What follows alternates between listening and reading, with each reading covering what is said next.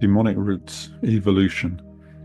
In the 19th century, the world of science was developing fast, but it was still the realm of relatively few educated people.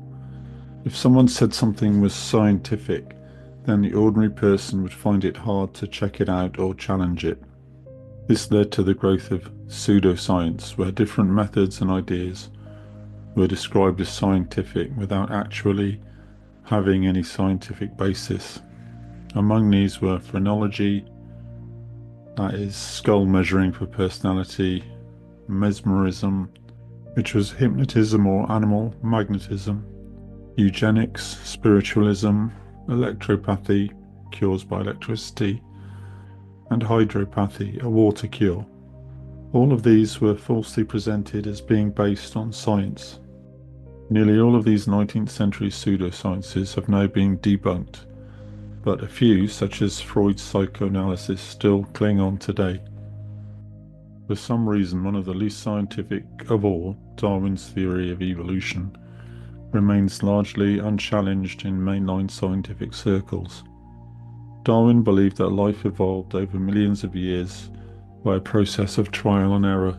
Every animal was a result of a process of natural selection where myriads of false starts eventually led to the animals as we know today.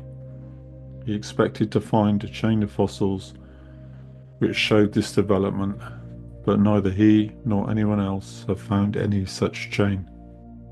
In fact, if the creation of life had happened in this way, the fossil remains would more than fill the whole universe. To be fair to Darwin, he was a man who loved the natural world and wanted to understand it. He was not originally an atheist and did not, during his famous voyage on the Beagle, doubt that God was the creator.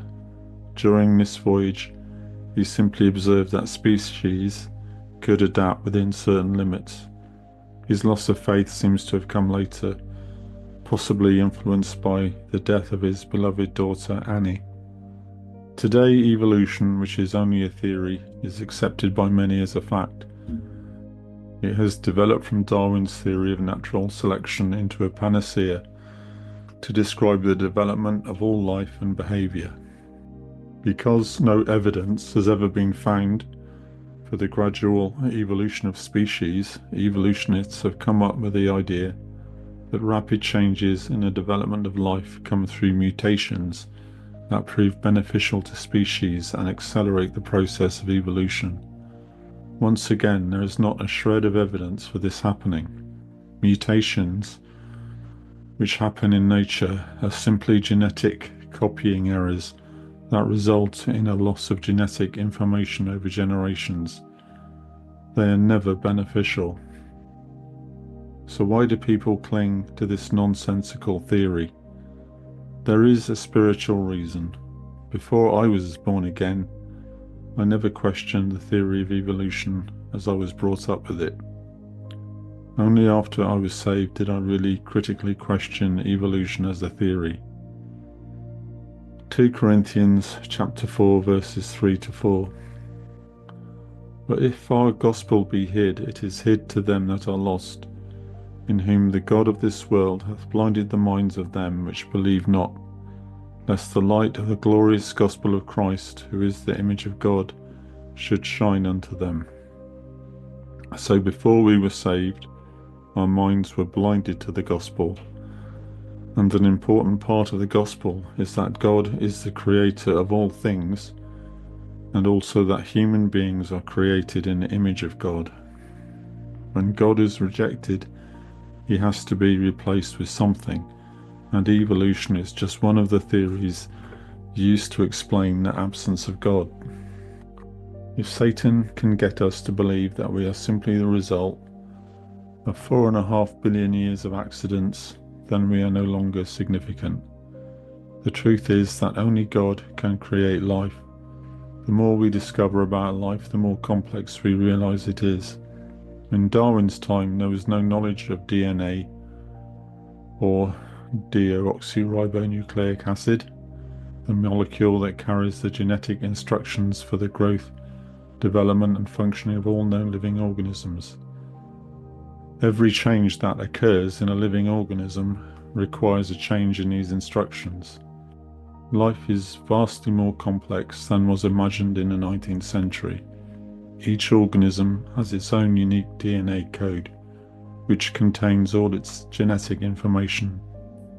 Only an intelligent creator could have done this. All we need to know about creation is explained in the Bible. When we reject the biblical account and believe fantastical theories, we are exchanging the truth for a lie. This is all explained in the first chapter of the book of Romans. Romans chapter 1 verses 20 to 21 and verse 25. For the invisible things of him from the creation of the world are clearly seen, being understood by the things that are made, even his eternal power and Godhead, so that they are without excuse, because that, when they knew God, they glorified him not as God, neither were thankful, but became vain in their imaginations, and their foolish heart was darkened, who changed the truth of God into a lie, and worshipped and served the creature more than the Creator, who is blessed forever. Amen.